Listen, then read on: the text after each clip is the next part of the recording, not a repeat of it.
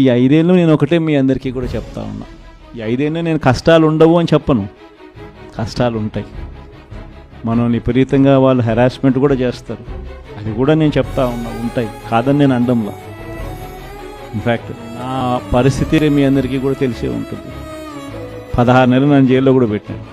కష్టాలు ఉండవని నేను చెప్పను, అటువంటి కష్టాలు కూడా నేను చూసాను. కానీ ఏమైంది, కష్టాలు అనేటివి ఎప్పుడు ఎల్లకాలం ఉండవు. ఒక చీకటి వచ్చిన తర్వాత వెలుతురు రావడం అన్నది దేవుడు క్రియేట్ చేసిన సృష్టిలో ఖచ్చితంగా జరగాల్సిన కార్యక్రమం. కాబట్టి కష్టాలు ఎక్కువ రోజులు ఉండవు. ఒక రాత్రి వచ్చిన తర్వాత ఒక పగులు రాక తప్పదు.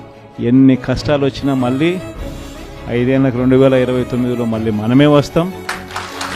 మన ప్రభుత్వంలో మళ్ళీ మీరే మళ్ళీ ప్రజలకు సేవ చేసే గొప్ప పరిస్థితులు మళ్ళీ మీరు, నేను అందరం